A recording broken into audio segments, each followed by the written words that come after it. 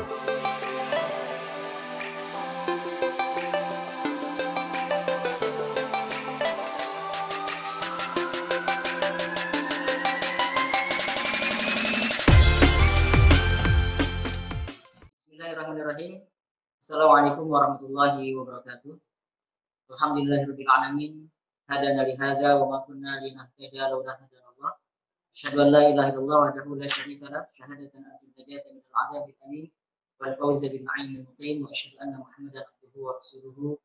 Amma ba'd. Rekan-rekan sekalian yang dirahmati Allah Subhanahu wa taala.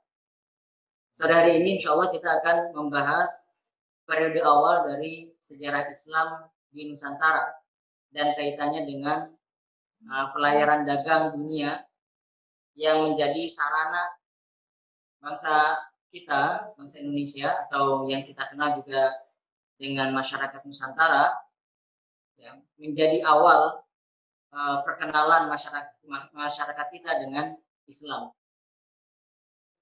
Jadi di dalam panggung dunia, Nusantara ini mulai dikenal sejak abad ketiga atau sejak abad kelima. Dan menariknya, Nusantara ini tidak dikenalkan oleh sumber-sumber lokal Nusantara, tetapi kita justru pertama kali mendapatkan informasi tentang Nusantara itu dari sumber-sumber asing, yaitu sumber Cina, sumber India, bahkan juga sumber Yunani. Dalam sumber Cina misalnya, disebutkan satu nama wilayah, Qoying. Meskipun memang tidak banyak penjelasan tentang wilayah ini. Tetapi penjelasan awal tentang wilayah Nusantara ini menjadi sangat berarti dengan dikenalkannya nama Qoying, karena beberapa peneliti sejarah menyebutkan bahwa Qoying ini letaknya berada di wilayah sebelah barat Nusantara. Kira-kira letaknya ada di Sumatera. Tetapi sumber Cina itu menyebutkan nama Qoying tidak didapatkan secara langsung oleh orang-orang Cina, tetapi mereka mendapatkannya dari orang-orang Funan. Orang-orang Funan itu sekarang, kalau kita lihat di peta, Funan itu meliputi wilayah Vietnam bagian selatan dan juga wilayah Kamboja. Kita lihat di peta ya. Kita lihat di peta di belakang. Nah, yang disebutkan Funan, wilayah Funan itu adanya di sini. Nah, Vietnam bagian selatan dan juga Kamboja. Dulu namanya Funan. Sedangkan Cina itu berada di utaranya. Dan wilayah Nusantara berada di sebelah selatan wilayah Funan.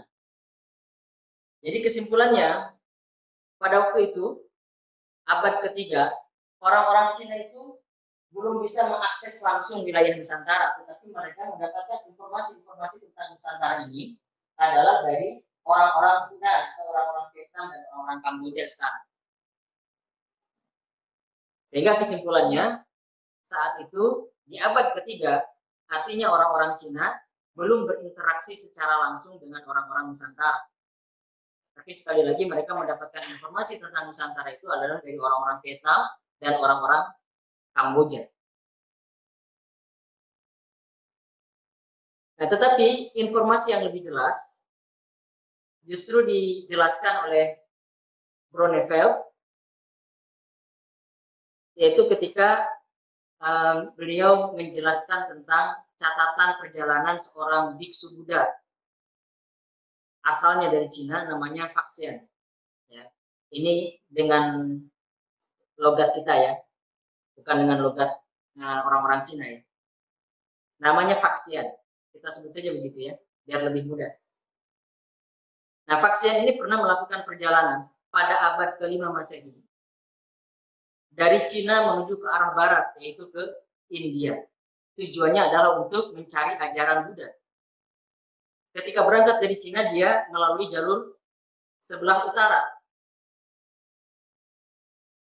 atau kita kenal juga sebagai jalur sutra. Itu jalur yang lebih kuno dibandingkan dengan jalur laut. Kita tunggu dulu tampilannya. Bisa dibantu? Tampilan ya. Nah, ketika berangkat, vaksin ini dari Cina melalui arah utara, melalui jalur darat, jadi ke Asia Tengah sampai kemudian ke India. Tetapi ketika pulang, dia pulang melalui jalur laut.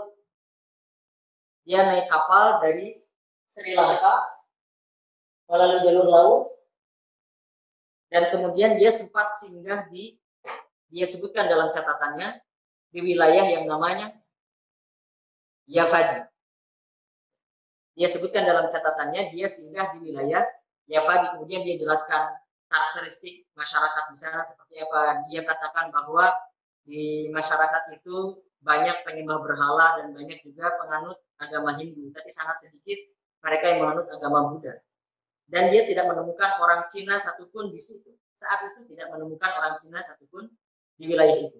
Artinya ini menegaskan sekali lagi bahwa sebelum abad ke-5 nampaknya hubungan antara Nusantara dengan Cina itu sangat sulit dibuktikan. Ya.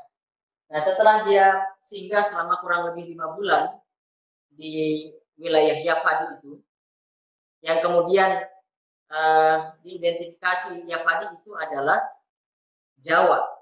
Yavadi itu adalah Jawa. Meskipun barangkali masih ada perbedaan pendapat tentang Jawa pada masa itu, apakah betul-betul Jawa, Pulau Jawa yang saat ini kita kenal, atau Jawa itu mewakili seluruh wilayah Nusantara. Tetapi Yavadi itu diyakini berada di wilayah Nusantara, dan dalam ungkapan kita, dalam logat kita atau dalam bahasa kita, Yavadi ini disebut Jawa. Setelah di Jawa 5 bulan dia melanjutkan perjalanan ke Cina dengan menggunakan kapal yang lain.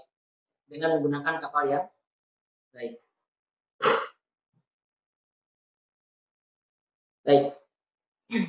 Nah, ini menjadi bukti yang lebih jelas tentang mulainya hubungan antara Cina dan Nusantara. Artinya sudah ada akses dari wilayah Nusantara ke Cina ataupun dari Cina ke Nusantara. Itu terjadi pada abad ke-5 Masehi. Lain halnya dengan hubungan antara wilayah Nusantara ini dengan wilayah India. Ya, wilayah Nusantara dengan wilayah India. Ada beberapa sumber yang menyebutkan tentang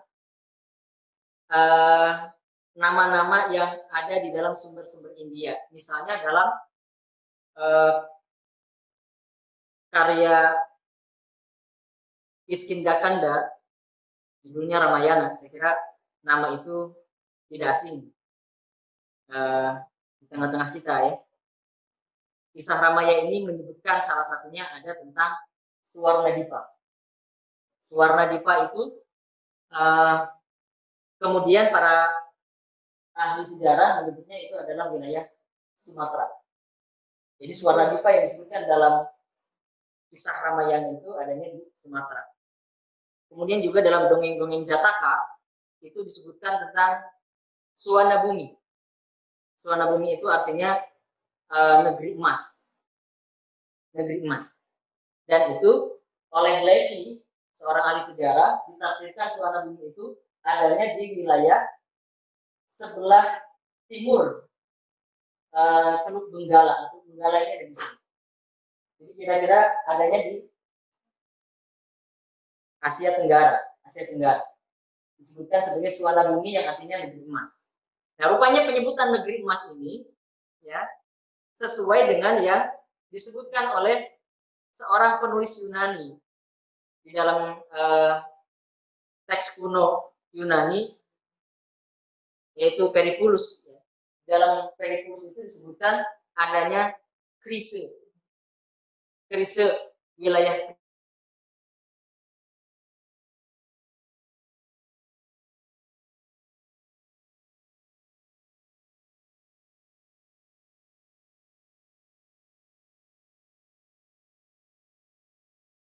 keterangan-keterangan itu menunjukkan bahwa adanya wilayah yang disebut sebagai Suwarna Dipa, yaitu Sumatera, yang memiliki banyak sekali emas. Suwarna Bumi atau kris adanya di sebelah timur dari Teluk Benggala. Nah, informasi-informasi ini sudah ada sejak abad pertama, seperti yang disebutkan oleh teks Yunani itu karya sudah ada sejak abad pertama Masehi. Sehingga kesimpulannya, hubungan antara Nusantara, khususnya Nusantara bagian barat dengan India itu sudah tercatat sejak abad ke-1 Masehi, sejak abad pertama Masehi. Kalau kita bandingkan dengan hubungan Nusantara dengan Cina, hubungan Nusantara dengan India jauh lebih awal. Jadi tidak seperti dalam bayangan kita yang seringkali ini barangkali kita bayangkan bahwa hubungan dagang antara timur dan barat itu sudah terhubung sejak awal. Antara timur dan barat itu sudah terhubung sejak awal. Ya, padahal faktanya kalau kita lihat dari sumber-sumber sejarah bahwa hubungan Indonesia atau hubungan Nusantara dengan barat itu jauh lebih awal dibandingkan dengan hubungan Nusantara dengan Cina. Ya. Jadi Nusantara berhubungan dulu dengan India, baru setelah itu Nusantara bisa berhubungan dengan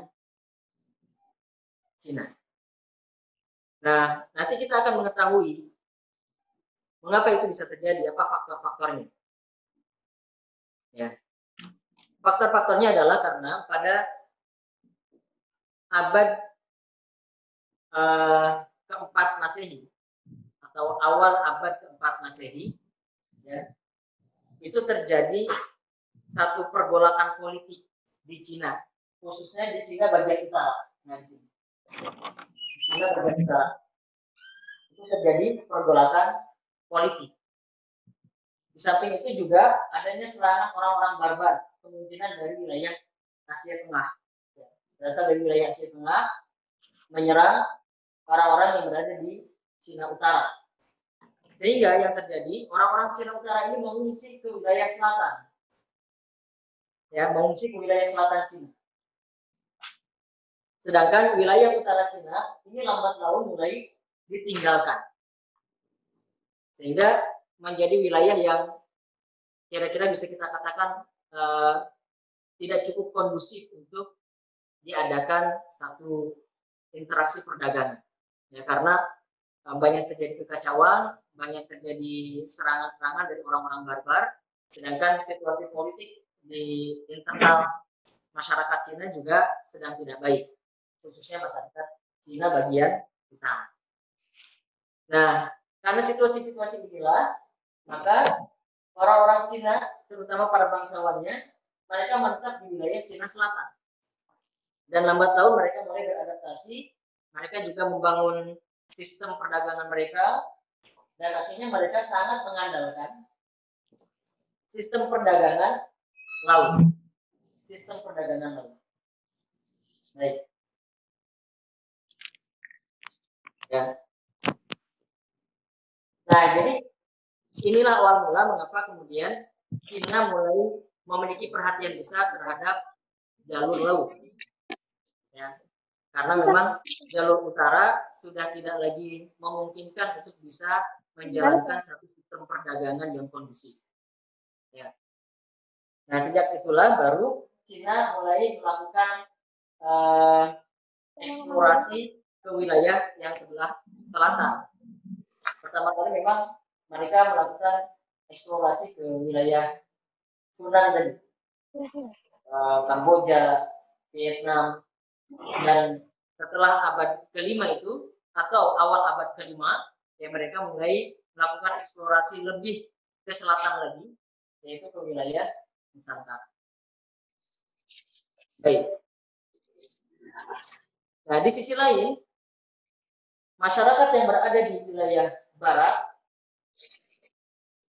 mereka juga ternyata mulai memberikan perhatiannya yang cukup besar terhadap jalur perdagangan laut, karena di wilayah timurnya mereka tidak bisa bertemu dengan para pedagang Cina, karena orang-orang Cina tadi sudah berpindah ke wilayah selatan, sehingga mau tidak mau yang di barat juga harus pindah ke selatan, ke jalur laut. Nah, oleh sebab itu para pedagang Persia misalnya, mereka sudah memberikan perhatian yang besar terhadap perdagangan jalur laut itu, terutama sejak berpindahnya fokus para pedagang Cina dari utara berpindah ke selatan. Oleh sebab itu, maka bisa kita simpulkan, ya, puncak atau awal dari terhubungnya perdagangan antara barat dan timur atau timur dan barat, Cina dengan India, dengan Persia atau juga dengan Saudi Arabia atau Jazirah Arab sampai kemudian ke wilayah Mediterania, itu terjadi kira-kira sejak abad ke-5 Masehi. Nah, suasana perdagangan yang seperti inilah yang kemudian mempengaruhi situasi yang berada di Nusantara. Karena pada akhirnya mau tidak mau Nusantara ini punya peran besar karena dia menjadi pintu dari hubungan perdagangan antara timur dan barat, yaitu melalui Selat Malaka. Jadi Selat Malaka ini menjadi pintu hubungan antara timur dan barat. Maka dengan situasi itulah suasana di Nusantara menjadi semakin berkembang dan menjadi semakin ramai. Ya. Bisa kita sebut wilayah Nusantara saat itu sebagai wilayah yang kosmopolitan. Ada berbagai macam bangsa, ada berbagai macam agama, ada berbagai macam bahasa, ada berbagai macam ras, ada di Nusantara. Oleh sebab itu dalam konteks ini kita tidak boleh menafikan aspek kosmopolitan ini, karena kosmopolitan inilah yang membuat siapapun yang ada di Nusantara saat itu bisa diterima dengan baik. Ya, Nusantara sejak awal sudah bisa menerima keragaman bahasa, keragaman bangsa, keragaman budaya, termasuk juga keragaman agama. Oleh sebab itulah ketika Islam datang masuk ke Nusantara, itu tidak dianggap sebagai sesuatu yang asing. Karena masyarakat Nusantara itu sudah terbiasa dengan hal-hal yang baru, hal-hal yang asing, hal-hal yang dibawa dari bangsa-bangsa lain, baik itu budaya, agama, bahasa, atau yang lainnya.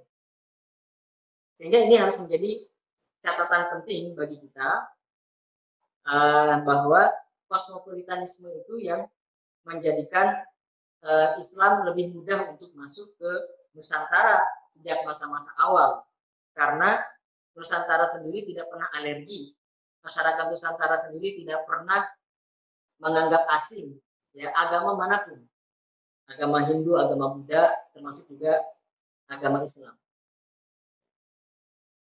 Nah, sahabat-sahabat sekalian yang dirahmati Allah Subhanahu wa taala,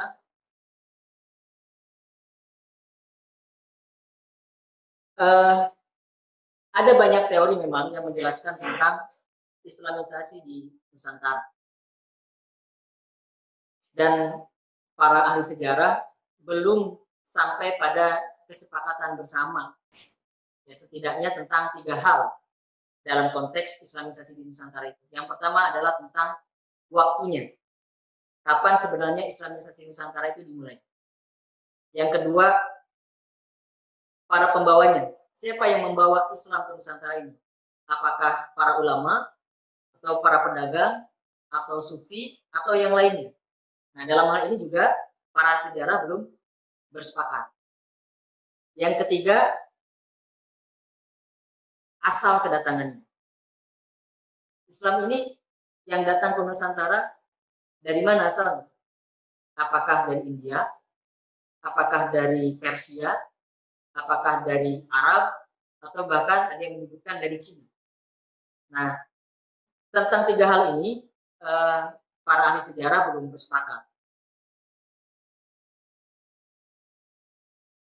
Dan bagi kita nampaknya akan menjadi sesuatu yang sia-sia kalau kemudian kita berkutat pada persoalan-persoalan itu, karena memang nampaknya setiap ahli sejarah itu juga memiliki dalilnya masing-masing yang memperkuat pendapat mereka, ya, baik tentang siapa pembawa Islam, dari mana asalnya, maupun kapan waktunya. Mereka punya dalil masing-masing yang menguatkan pendapat mereka. Tetapi perlu kiranya kita mengetahui agar ini menjadi pengetahuan bagi kita, menjadi wawasan bagi kita tentang teori-teori tersebut. Ya. Baik, kita mulai dari tempat atau asal kedatangan Islam ke Nusantara. Ada yang berpendapat bahwa Islam itu datang dari India. Nah, ini para pendukungnya rata-rata adalah para sejarawan yang berasal dari Belanda. Ya, ada Snow misalnya, ada Pichenapel, ada Kern, ada Mokwaite, dan sebagainya. Nah, rata-rata mereka adalah para ilmuwan yang berasal dari Belanda. Mereka beranggapan bahwa Islam di Nusantara ini berasal dari India. Dalilnya apa? Mereka mengatakan bahwa madhab yang dianut oleh masyarakat Nusantara dengan masyarakat India itu sama, yaitu bermadhab Syafi'i. Nah, jadi ini menjadi dalil, madhabnya sama. Nampaknya asal Islam itu dari India menurut mereka. Ini dalil yang pertama yang mereka gunakan. Dalil mereka yang kedua adalah mereka mengatakan adanya persamaan corak batu nisan yang ditemukan di Pasai dan Gresik dengan corak batu nisan di Jarak. Nah, ini dalil mereka yang kedua, sehingga kesimpulan mereka Islam di Nusantara datang dari India. Ya. Nah, tetapi ada pula yang beranggapan Islam itu datang dari Arab, dan ini nampaknya yang menjadi mayoritas. Para sejarawan yang mendukung pendapat ini ada Crawford, misalnya Nieman, De Hollander, dan sebagian besar ya para sejarawan Indonesia. Sebagian besar para sejarawan Indonesia mendukung pendapat ini.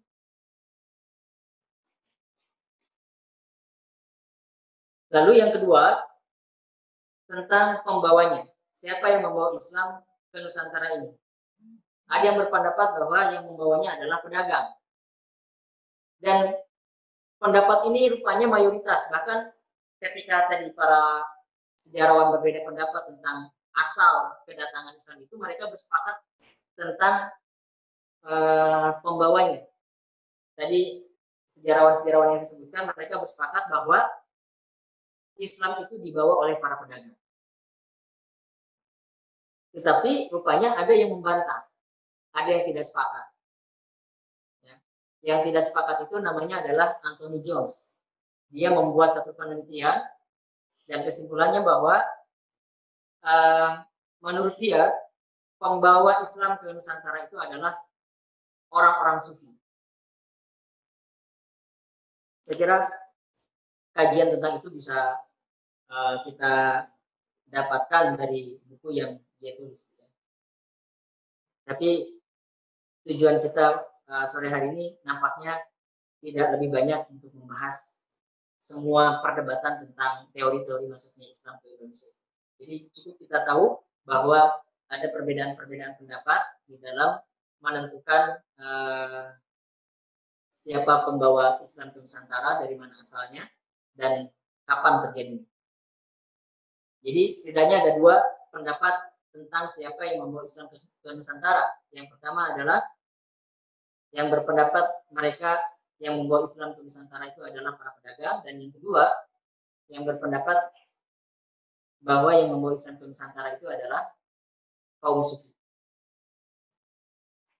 Sedangkan waktu kedatangan Islam ke Nusantara setidaknya ada dua pendapat. Pertama, pendapat yang menyatakan Islam datang ke Nusantara pada abad ke-7 Masehi. Kemudian yang kedua, Islam datang ke Nusantara pada abad ke-13 Masehi. Nah, para sejarawan yang mendukung Islam datang pada abad ke-7 itu misalnya adalah Bronfeld, ya, kemudian T.W. Arnold, Al-Attas, Hourani, Van Leur, Hemka, dan yang lainnya. Sedangkan yang berpendapat Islam datang ke Indonesia abad ke-13, misalnya ada Snow Horgrove, Mokwete, dan yang lainnya. Dalil yang digunakan oleh orang-orang yang berpegang pada pendapat kedatangan Islam di Indonesia pada abad ke-7 itu adalah dari sumber-sumber Tionghoa, sumber-sumber Cina, dari dinasti Tang. Sedangkan pendapat yang kedua, yaitu yang berpegang pada kedatangan Islam di Nusantara pada abad ke-13 itu, karena mendasarkan pada peristiwa terjadinya serangan tentara Mongol ke Baghdad pada tahun 1258. Menurut mereka serangan ini menyebabkan orang-orang di Baghdad, ya, atau di Persia, mereka melakukan pelarian, ya, pelarian karena diserang oleh Mongol, mereka lari, dan salah satunya pelarian itu datang ke Nusantara. Menurut mereka begitu. Kemudian juga dalil lainnya yang mereka gunakan adalah tentang penemuan batu nisan Sultan Malik As-Salih yang berangkat tahun pada abad ke-13 dan catatan Marco Polo. Jadi ini teori-teori yang dikemukakan oleh para ahli sejarah. Nah, tapi sekali lagi saya kira kita tidak akan berpanjang lebar untuk membahas tentang teori-teori yang telah dikemukakan oleh para sejarah itu, tetapi kita akan lebih fokus pada kesimpulan-kesimpulan yang bisa kita dapatkan dari teori-teori yang sudah dikemukakan tadi. Kesimpulan pertama, dari semua keterangan yang kita dapatkan tadi, bahwa aktivitas perdagangan maritim itu dan para pedagang muslim itu memegang peranan yang sangat penting dalam proses kedatangan Islam di Nusantara. Ya. Jadi aktivitas perdagangan maritim, ya, aktivitas perdagangan maritim dan para pedagang muslim itu memiliki peran yang sangat penting dalam proses kedatangan Islam di Nusantara. Meskipun tadi misalnya Anthony Jones mengatakan bahwa pembawa Islam ke Nusantara itu adalah kaum Sufi, maka dia juga tidak bisa memungkiri bahwa kaum Sufi itu juga menumpang pada kapal para pedagang. Menumpang pada kapal para pedagang. Sehingga secara otomatis para pedagang itu memiliki peran besar dalam konteks penyebaran Islam di Nusantara. Ya. Di samping itu, kita akhirnya juga memahami bahwa di dalam ajaran Islam itu semua muslim memiliki kewajiban untuk berdakwah. Ya. Siapapun, apapun pekerjaannya, apapun profesinya, setiap muslim itu memiliki kewajiban atau setidaknya hak untuk bisa berdakwah. Dan ini berbeda sama sekali dengan agama-agama lainnya. Misalnya dalam agama Hindu, proses penyebaran agama itu hanya boleh dilakukan oleh kaum Brahmana. Di luar kaum Brahmana tidak berhak untuk melakukan penyebaran agama. Atau dalam agama Buddha, ya, agama Buddha ini hadir di kalangan elit aristokrat masih. Jadi tidak sampai pada masyarakat kalangan bawah. Tetapi Islam sekali lagi menjadikan aktivitas-aktivitas dakwah itu bisa dilakukan oleh siapapun yang menganut agamanya, menganut agama Islam, termasuk para pedagang.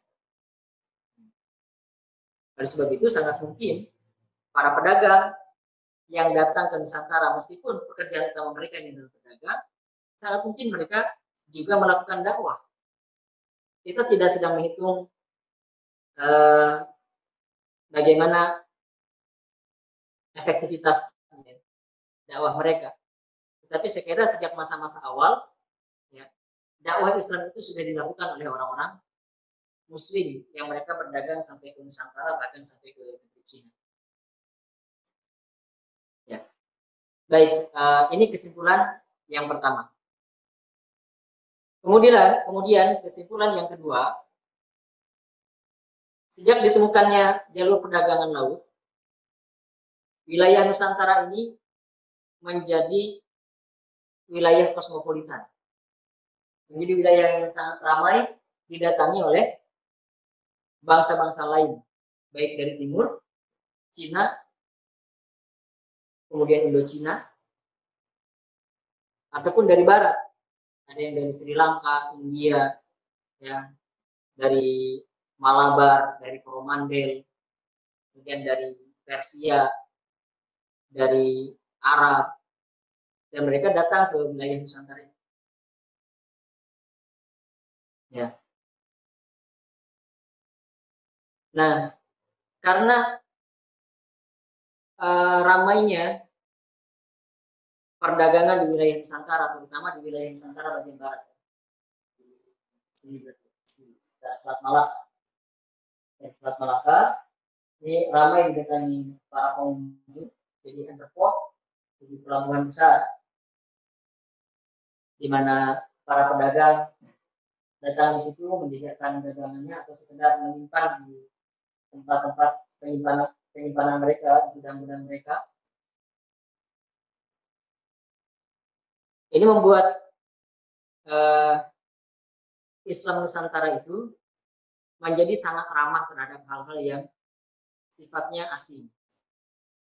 Karena lagi-lagi sejak awal kita Islam di Nusantara ini sudah terbiasa berhadapan dengan hal-hal yang datang dari luar dan sifatnya baru. Ya. Dan di samping itu kita juga harus memahami bahwa sejak awal pergaulan kita ini sangat luas. Oleh sebab itu sangat disayangkan kalau kita kemudian mempersempit ruang pemahaman kita tentang masyarakat Islam Nusantara. Ya. Kalau sekarang ada istilah-istilah baru yang dikemukakan oleh kelompok-kelompok tertentu, ya, yang mengidentifikasi dirinya sebagai kami ini Puritan Nusantara. Kami ini orang-orang yang Nusantara yang tidak terlepas sama sekali dari pengaruh-pengaruh luar. Kami ini ya datang dengan Islam kami yang bercorak Nusantara. Nah, ini tentu tidak sesuai dengan akar sejarah Islam di Nusantara itu yang justru bisa menerima pengaruh-pengaruh yang datang dari luar pada waktu itu, termasuk juga datang dari Arab, datang dari Cina, datang dari India. Sehingga warna ajaran Islam di Nusantara ini menjadi unik dibandingkan dengan yang lain. Karena pengaruhnya didapatkan dari berbagai wilayah. Maka barangkali kita bisa lihat sekarang dalam praktek-praktek ritual ibadah, ya, masyarakat Nusantara ini sangat beragam. Karena memang ada yang datang pengaruhnya dari India, ada yang datang pengaruhnya dari Persia, ya, misalnya Islam Persia, Islam India, Islam Arab, Islam Cina, bahkan di abad-abad yang terakhir atau gelombang yang terakhir Islamisasi Indonesia itu datang dari Cina. Nah, ini saya kira menjadi satu khazanah tersendiri bagi kita dan sangat disayangkan kalau kemudian kita justru hari ini mempersempit makna, ya, Islam kita, makna identitas Islam. Kemudian yang ketiga, di dalam banyak catatan sejarah disebutkan bahwa para pedagang Arab itu sudah ada di Nusantara pada abad ke-7. Sudah ada di Nusantara pada abad ke-7. abad ke-7 itu tidak jauh dari masa kehidupan Rasulullah SAW. Ya, tidak jauh dari masa kehidupan Rasulullah SAW. Tapi pendapat yang lainnya mengatakan bahwa Islamisasi di Indonesia semakin masif itu sejak memasuki abad ke-13, tahun 1200-an. Kalau abad ke-7 berarti tahun 600-an masih. Kesimpulannya apa? Kita bisa menggunakan imajinasi kita. Orang-orang Arab atau orang-orang India yang sudah menganut agama Islam datang ke Nusantara pada abad ke-7 misalnya. Mereka datang sebagai pedagang. Dan kita bisa membayangkan, kita kaitkan dengan poin pertama tadi dalam kesimpulan kita, bahwa para pedagang itu mungkin saja melakukan dakwah, karena setiap muslim itu berhak untuk melakukan dakwah atau berkewajiban untuk melakukan dakwah siapapun itu. Kalau orang-orang Hindu tidak bisa, karena dakwah itu hanya bisa dilakukan oleh kaum Brahmana saja. Jadi sejak abad ke-7 datang para pedagang muslim ke wilayah Nusantara dan mereka mulai berdakwah. Tetapi barangkali dakwah mereka tidak begitu signifikan. Sebab ya, yang mereka lakukan adalah dakwah kultural. Mereka bertemu dengan siapa, kemudian mereka berbincang, barangkali setelah itu perbincangan meluas pada aspek-aspek agama, pada persoalan-persoalan agama dan sebagainya. Jadi dampaknya belum terlalu luas. Tetapi itu terus berlangsung dalam kurun waktu yang cukup lama. Ya, kalau kita hitung dari abad ke-7 sampai abad ke-13, kurang lebih ada 6 abad, 600 tahun, sekitar 600 sampai 700 tahun. Ya, orang Islam ini yang datang dari Barat, dari Arab ataupun dari India atau bahkan dari Persia, ya, di Persia itu datang ke Nusantara, mereka sudah berinteraksi selama kurang lebih 600 sampai 700 tahun dengan masyarakat Nusantara. Ini kan semakin kuat hubungan mereka, semakin saling mengenal. Sampai akhirnya pada abad ke-13, ya, Islamisasi di Nusantara ini semakin masif. Karena mulai masuknya Islam pada tataran politik, pada pemerintahan. Ya. Jadi banyak terjadi pernikahan silam antara raja-raja yang ada di Nusantara dengan putri-putri dari masyarakat Arab atau sebaliknya, Ya. Yang terjadi adalah orang-orang Arab menikahi putri-putri raja. Nah, itu yang lebih tepat. Orang-orang Arab menikahi putri-putri raja. Nah, jadi memang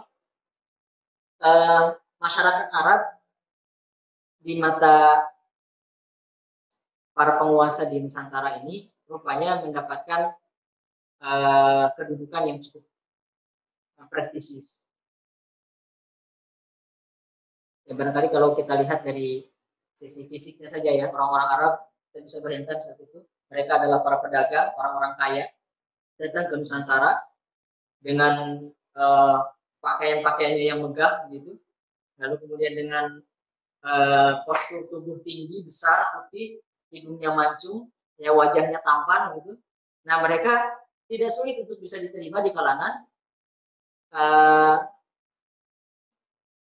keluarga kerajaan, tidak sulit. Ya.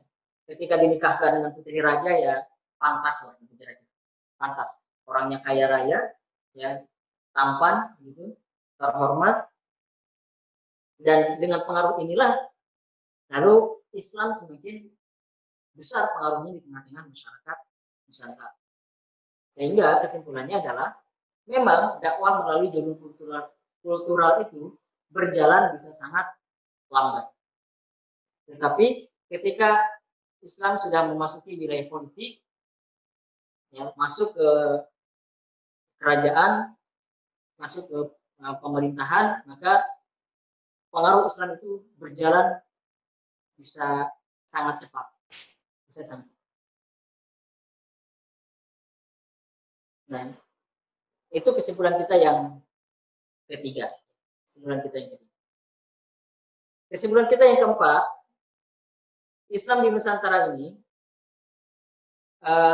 proses Islamisasi di Nusantara ini berjalan secara evolutif, berevolusi. Saya katakan tadi, orang-orang yang sudah datang sejak abad ke di Nusantara ini sejak abad ke-7. Orang-orangnya sudah datang sejak abad ke-7, tetapi mulai memiliki pengaruh besar sejak abad ke-13. Itu pun masih terus berproses. Tapi karena di abad ke-13 ini jalur penyebarannya melalui kerajaan, raja ini masuk Islam, kemudian rakyatnya ikut masuk Islam, sehingga menjadi lebih cepat. Tapi yang harus kita perhatikan adalah rentang waktu dari abad ke-7 sampai abad ke-13 ini adalah rentang waktu yang sangat lama. 6 sampai 7 abad kita bisa bayangkan. Ini kan satu proses yang berevolusi sangat lama. Nah, karena prosesnya lama, ya, maka penyebaran Islam itu pasti menghajatkan aktor-aktor dan sarana-sarana yang beragam. Tidak hanya aktor tunggal saja dan sarana yang tunggal saja, tidak. Berbeda dengan proses masuk Islamnya misalnya di wilayah-wilayah yang lain yang dilakukan melalui cara penaklukan, melalui jalur militer misalnya. Berarti kalau begitu aktor utamanya siapa? Panglima perang dan pasukannya. Aktor utamanya kan itu. Ya kan? Islamisasi misalnya di satu tempat di Mesir misalnya. Ketika Mesir ditaklukkan oleh pasukan kaum muslimin, ya berarti aktor utamanya adalah pasukan militer, komandan militer dan pasukannya.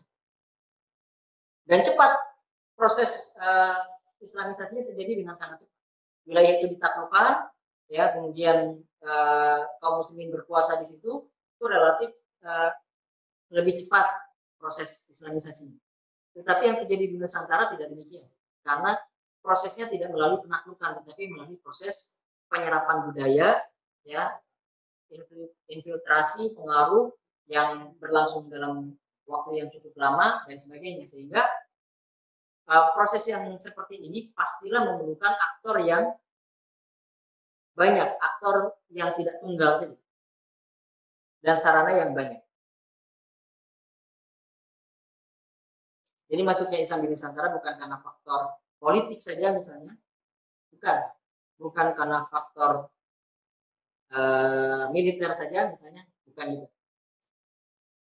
Sehingga kesimpulannya ada banyak sarana dan banyak aktor yang berperan dalam proses Islamisasi di Nusantara. Sebagaimana tadi yang sudah dipaparkan oleh para ahli sebetulnya. Sehingga kalau saya sendiri, dan saya melihat juga dalam satu buku yang ditulis oleh Uka Chandra Sasmita, kalau tidak salah namanya Uka Chandra Sasmita. Saya sependapat dengan Profesor Uka ini, yang menjadikan perbedaan-perbedaan pendapat di kalangan para ahli itu tidak untuk dipertentangkan, tetapi justru untuk bisa saling melengkapi satu sama lain. Ya, bahwa teori-teori Arab, teori Persia, teori India, teori Cina misalnya, itu tidak perlu dipertentangkan, tapi justru dengan proses masuk Islam ke Nusantara itu dalam waktu yang relatif sangat panjang, itu berarti membutuhkan aktor-aktor yang banyak dan sarana-sarana yang banyak. Sehingga siapa aktor Islamisasi di Nusantara? Ya aktornya orang Arab ya, orang India ya, orang Persia ya, orang Cina juga memungkinkan. Ya, karena prosesnya terjadi dalam jangka waktu yang sangat panjang. Sehingga memungkinkan setiap muslim yang datang ke Nusantara itu punya peran, punya andil dalam konteks Islamisasi di Nusantara. Kemudian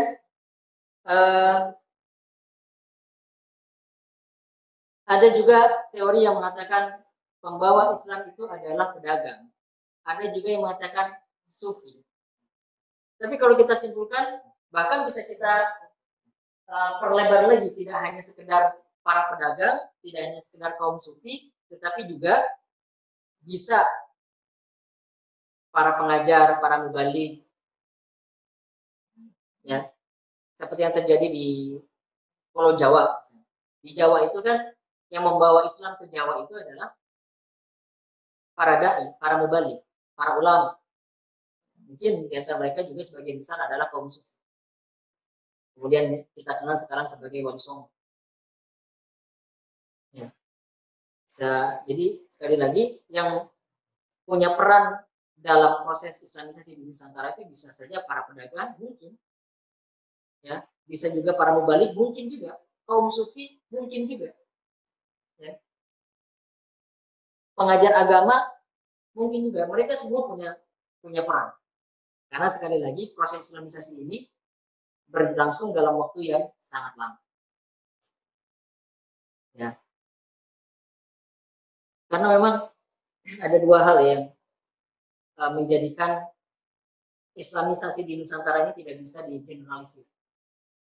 Pertama, karena penaklukannya tadi terjadi dalam waktu yang lama, atau masuknya Islam ke Nusantara ini terjadi dalam waktu yang lama bukan karena penaklukan. Kalau penaklukan dalam sekali waktu langsung bisa berubah situasi. Nah, kalau yang terjadi di Nusantara ini 6 abad, 7 abad berjalan terus begitu sehingga siapapun bisa berperan dalam rentang waktu itu. Itu yang pertama faktornya. Yang kedua, karena wilayah Nusantara ini luas dari barat sampai timur, sehingga mengeneralisasi itu bukan justru membuat lebih simpel, tapi justru membuat menjadi lebih rumit. Jadi siapa nih yang bawa Islam ke Nusantara? Siapa ya? Kalau di Jawa sih para sufi, kaum sufi. Tapi kalau di mana? Di Sumatera sepertinya pedagang. Kalau di Maluku siapa ya misalnya?